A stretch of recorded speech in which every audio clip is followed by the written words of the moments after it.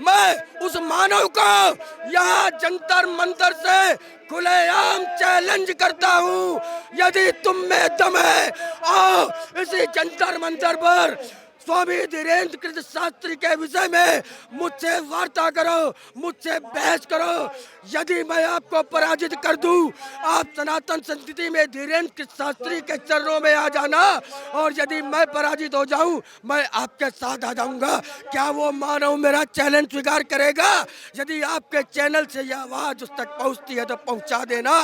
खुला चैलेंज है, इसी जंतर मंतर पे शास्त्रार्थ का खुला चैलेंज है। फिर सुहानी शाह क्यों अपने आप को यहाँ पर आकर प्रेजेंट कर रही? क्या महाराज जी ने कहा सुहानी शाह ड्रामा करती है? क्या महाराज जी ने कहा सुहानी शाह माइंड रीडर है?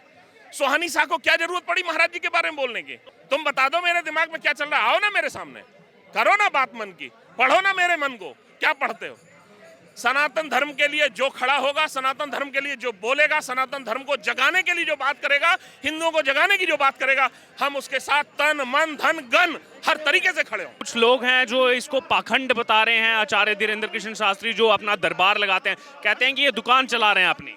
जो इसे पाखंड बता रहे हैं वो इस देश के सबसे बड़े पाखंडी हैं। ये केवल उनके इशारे पर सनातन संस्कृति को मिटाने के मिशन में शामिल किया गया है।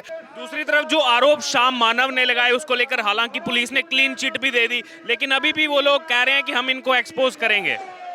मानव जी, उनको जी कहना भी सनातन संस्कृति का अपमान है। मैं उस मानव को यहाँ जंतर मंतर से खुलेआम चैलेंज करता हूँ। यदि तुम में दम है, आओ इसी जंतर मंतर पर स्वामी धीरेन्द्र कृष्ण शास्त्री के विषय में मुझसे वार्ता करो, मुझसे बहस करो। यदि मैं आपको पराजित कर दूं, आप सनातन संस्कृति में धीरेन्द्र कृष्ण शास्त्री के चरणों में आ जाना, और यदि मैं पराजित हो जाऊं, मैं आपके साथ आ जाऊंगा। क्या वो मानव मेरा चैलेंज स्वीकार करेगा? यदि आपके चैनल से यह आवाज उस तक पहुंचती है तो पहुंचा देना। खुला चैलेंज है, इसी जंतर मंतर पे शास्त्रार्थ का खुला चैलेंज है। यहाँ पर अगर बात की जाए तो सनातन धर्म संसद चल रही है और हमारे साथ इस समय मौजूद हैं हिंदू महासभा के राष्ट्रीय प्रवक्ता अशोक पांडे। सर, ये कैसे देख रहे हैं इसको? एक नरेटिव पूरा चलाया जाता है हिंदुओं के खिलाफ, अंधविश्वास है, अंधविश्वास है और अंधविश्वास है। देखिए, आज ही नहीं, हमने दिसंबर में एक धर्म संसद हरिद्वार में की थी। महामंडलेश्वर डॉक्टर अनुपूर्णा भारती वो भी अभी इस कार्यक्रम में आ रही हैं। वो स्वामी यति नरसिंहानंद जी महाराज या हिंदुत्व के लिए जो भी वक्ता ने वहां बोला उन सबको टारगेट किया गया। उसी धर्म संसद का केस सुप्रीम कोर्ट पहुंचा, उसमें आदरणीय सुरेश चौहान के भी टारगेट हुए। उसके बाद से सनातन के बारे में जिसने भी बोलना चालू किया उसको टारगेट किया जाने लगा। इस देश में आज अगर खतरे में है तो सिर्फ हिंदू खतरे में है। जो खतरे की बात करते हैं वो वास्तव में आज आक्रामक बने हुए हैं, वो आतंकी हैं, वो आक्रांता हैं। हिंदू खतरे में है तो हिंदुओं को जगाने की बात बागेश्वर धाम सरकार कर रहे हैं, हम उनके साथ खड़े हैं। वहीं अगर बात की जाए, लगातार जो नैरेटिव सेट किया जा रहा है उनके प्रति, कहा जा रहा है कि ये सिर्फ और माइंड रीडिंग है, चमत्कार नहीं है। भगवान का नाम लिया जा रहा है लोगों के बीच में दिखाने के लिए कि मुझे वरदान मिला हुआ है। हम कह रहे हैं अगर वो माइंड रीडिंग है, कोई चमत्कार नहीं है, तो तुम्हें प्रॉब्लम क्यों हो रही है? वो कर रहे हैं। अगर तुम्हें लगता है उनकी दुकान चल रही है तो तुम चलने दो ना, तुम्हें प्रॉब्लम क्यों हो रही है? वहां क्यों नहीं बोलता? सिर्फ सनातन में ही अंधविश्वास दिखाई देता है। ये बहुराष्ट्रीय कंपनियों द्वारा एक अंतरराष्ट्रीय षड्यंत्र है सनातन को कमजोर करने का। हमारे साधु सन्यासी, देवी, महात्मा, यहाँ तक आज तो रामचरितमानस को भी जला रहे हैं ऐसे लोग। तो इन लोगों का कोई इलाज नहीं, ये समाज की गंदगी है, इनको साफ होना चाहिए। श्याम मानव के लगातार स्टेटमेंट सामने, उन्होंने कहा मैं ऐसे अंधविश्वास को उजागर करता आया हूं, इसीलिए उजागर कर रहा हूं। श्याम मानव के स्टेटमेंट ही तो आ रहे। श्याम मानव क्यों नहीं सामने आता? क्यों ना आ जाए एक दिन बागेश्वर धाम की सरकार की अदालत में? आए ना, हम बताएंगे ना उसको, महाराज जी बताएंगे उसके बारे में। क्यों टीवी चैनलों पर ही बोल रहा है खाली श्याम मानव? क्यों नहीं जा रहा? एक दिन चला जाए ना सामने। अरे हमारा ही सामना कर ले श्याम मानव, हमें भी जवाब दे दे। कौन से षड्यंत्र को, कौन से अंधविश्वास को उजागर कर रहा है वो? सबसे बड़ा पाखंडी तो वो खुद है। भाई मैं तो खुद श्याम मानव से पूछता हूँ कि भाई तुम्हारे जो पैरामीटर्स है वो क्या है? अंधविश्वास का मतलब क्या है? भाई अंधविश्वास का मतलब वो कहते हैं कि जो वैज्ञानिक रूप से प्रमाणित नहीं है वो अंधविश्वास है। तो वैज्ञानिक प्रमाणिकता तो श्याम मानव के पैदा होने की भी नहीं है। वो कहाँ है, कहाँ से आए, किसने पैदा किए, कौन थे, उसको भी अंधविश्वास नहीं मानेंगे। तो इसलिए इन चीजों का कोई तथ्य नहीं है।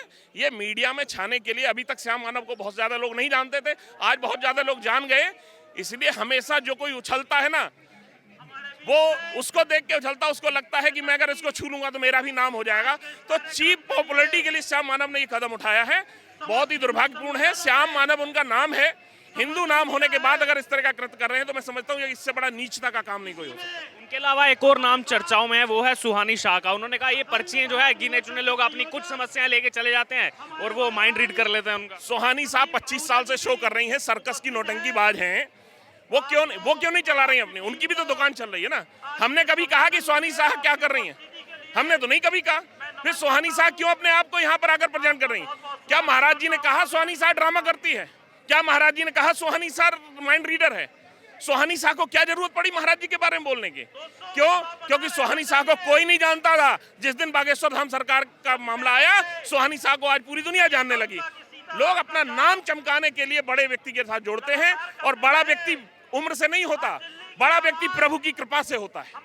आज बागेश्वर धाम सरकार प्रभु की कृपा से धीरेन्द्र शास्त्री उस ऊंचाई पे पहुंचे हैं, और उस प्रभु की कृपा का पार पाना किसी के बूते की बात नहीं है।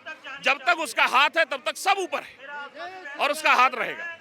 ये जो भगवान की कृपा की बात की जा रही है, जो लोगों का विश्वास है सनातन धर्म में, बहुत से लोग इस कृपा को लेकर भी सवाल उठा रहे हैं। जानबूझ करके ऐसा बोला जाता है ताकि लोग सवाल ना उठाएं। ये उन पाखंडियों का काम है। तो ऐसे लोगों के बारे में कुछ कहना मैं समझता हूं कि बहुत तुच्छ बात होगी। विश्वास बहुत बड़ी चीज होती है। अगर विश्वास नहीं है तो मैं उनसे कहता हूं ना, तुम लगा लो ना दुकान अपनी, तुम्हारी दुकान चल जाए। तुम बता दो मेरे दिमाग में क्या चल रहा है, आओ ना मेरे सामने, करो ना बात मन की, पढ़ो ना मेरे मन को, क्या पढ़ते हो? सनातन धर्म के लिए जो खड़ा होगा, सनातन धर्म के लिए जो बोलेगा, सनातन धर्म को जगाने के लिए जो बात करेगा, हिंदुओं को जगाने की जो बात करेगा, हम उसके साथ तन मन धन गन हर तरीके से खड़े हों। अगर बात की जाए एक तरफ आचार्य धीरेन्द्र कृष्ण शास्त्री जी का जो इस समय चल रहा है पूरे देश में, उसके साथ साथ रामचरित मानस को लेकर भी सवाल उठाए जा रहे हैं। वो स्वामी प्रसाद मौर्य पॉलिटिकल पर्सन है, उनके इन्फ्लुएंस में आकर अब तो प्रतियां भी जला दी गई यहाँ पर रामचरित मानस। स्वामी प्रसाद मौर्य क्या है आप सब लोग जानते हैं। वो बहुजन समाज पार्टी में थे तो सपा को गाली देते थे, भाजपा को गाली देते थे। फिर भाजपा में आ गए तो सपा को गाली देने लगे, बहुजन समाज पार्टी को गाली देने लगे। अब वो सपा में पहुंच गए तो बसपा को और भाजपा को गाली देने लगे। अब वो कहीं के नहीं रहे, आज स्थिति उनकी कहीं की नहीं, तो अपने धर्म को, अपने बाप को गाली देने लगे। तो ऐसे लोगों का कोई धर्म इनाम नहीं होता है। और हमारे यहाँ हमारी महामंडलेश्वर डॉक्टर अन्नपूर्णा भारती जी एक बात कहती हैं, इस सनातन धर्म संसद के माध्यम से क्या यहाँ पर सरकार को मैसेज देना चाहते हैं और क्या मांग है? सरकार से यही मांग है कि भारत में ईश निंदा कानून सख्ती से लागू किया जाए। क्या कहेंगे यहाँ पर सनातन धर्म संसद आज लगाने का के पीछे क्या कारण है, क्यों लगाना पड़ा इस संसद? हम अपनी संस्कृति का साथ देंगे, बागेश्वर धाम का साथ देंगे। जब गैर लोग हैं उनको अपनी हमें कोई प्रॉब्लम नहीं होती है, हमारे बागेश्वर धाम से उनको क्यों प्रॉब्लम हो रही है? हम जो भी पढ़ा रहे हैं वो हम उनसे खुश हैं, उनके प्रोग्राम से हम खुश हैं, उनका कोई दिक्कत नहीं है, हमें कोई दिक्कत नहीं है। उनको क्यों दिक्कत हो रही है? हम हिंदू धर्म संस्कृति के साथ हैं, हम आगे बढ़ाने के उनके साथ हैं, हम हिंदू संगठन के साथ हैं, हिंदू लोग हैं हम, और धर्म के लिए कुछ भी करने को तैयार हैं। हम पीछे नहीं हटेंगे, बागेश्वर धाम के साथ खड़े रहेंगे, खड़े रहेंगे, खड़े रहेंगे। सर एक लास्ट कमेंट लेना चाहूँगा। 23 जनवरी को जिस दिन सुभाष चंद्र बोस जी की जयंती होती है, उस दिन बागेश्वर धाम जी के जो पीठाधीश्वर आचार्य धीरेन्द्र कृष्ण शास्त्री, उन्होंने अपने दरबार से ऐलान किया कि सुभाष चंद्र बोस ने कहा था तुम मुझे खून दो मैं तुम्हें आज़ादी दूंगा, मैं कह रहा हूँ तुम मेरा साथ दो मैं हिंदू राष्ट्र दूंगा। एकदम उस बात का हम समर्थन करते हैं, और उनके समर्थन में अखिल भारत हिंदू महासभा ने स्वामी धीरेन्द्र कृष्ण शास्त्री को हिंदू रत्न सम्मान से सम्मानित करने की घोषणा की है। और आने वाली 15 फरवरी को हम बागेश्वर धाम जाकर के स्वामी धीरेन्द्र कृष्ण शास्त्री से मिलकर के उनको हिंदू रत्न सम्मान से सम्मानित करने जा रहे हैं, जो हिंदू जगत का सबसे बड़ा सम्मान है। हमारे साथ जय बजरंग सेना के राष्ट्रीय अध्यक्ष हमारे नितिन उपाध्याय जी भी मौजूद हैं। ये बागेश्वर धाम से सीधे दिल्ली पहुंचे हैं, बाकी कुछ ये अधिक जानकारी दे पाएंगे। आप बागेश्वर धाम से अभी दिल्ली आए हैं, ये जो जंतर मंतर पर संसद चल रही है सनातन धर्म की, क्या कहेंगे आप? देखिए, हम किसी का विरोध नहीं कर रहे।